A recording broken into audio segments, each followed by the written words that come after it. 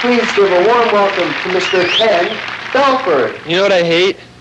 I hate people that are ungrateful. People like, they walk around wearing these T-shirts that say, my mom and dad went to Florida, and all they brought me back was this crummy T-shirt. That really bugs me. So you know what I did? I went out and I had a T-shirt made. And whenever I see people like that, I show it to them. And it says, at least your parents made it back alive. Mine went down with the plane and have never been seen since, bastard.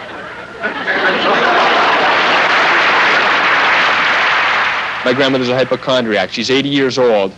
And the other day she tried to tell us that she was pregnant, which is garbage. I mean, she hasn't been with a man in over a year, and she's on the pill. So what are the odds? You tell me, you know?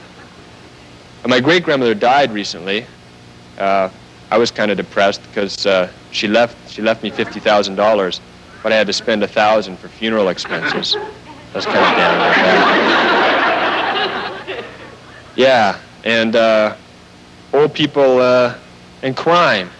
You know, what about you're always hearing about old people getting mugged and things like that. I figure what they should do is just not give them money. Then they don't have to worry about it anymore. I mean, how much can dog food cost anyways? And come on, I mean, really, look at it. I mean, what good do they do? They don't do us any good. They get on the subways and they fall asleep and their teeth clack and they drool on you. You ever seen a German Shepherd with braces? It's pretty pitiful. Yeah, at first I had the just straight metal kind. They felt like they were made by CN Rail or something. How you doing tonight? It's great to be here. I flew into town tonight. I don't really like flying that much. Not for the same reason most people don't like it. A lot of people are afraid of flying.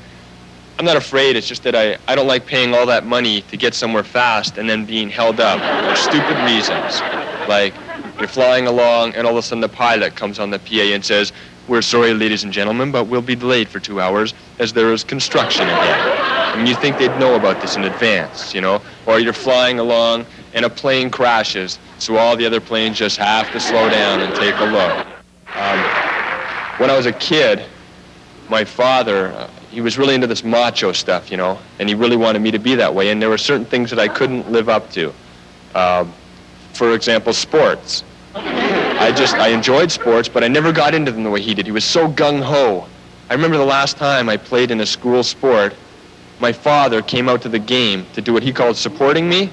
Yeah, right, it was more like putting me through hell. I'm in the middle of the game and winning for a change, and all of a sudden I hear my dad on the sideline going, "Never mind the ball!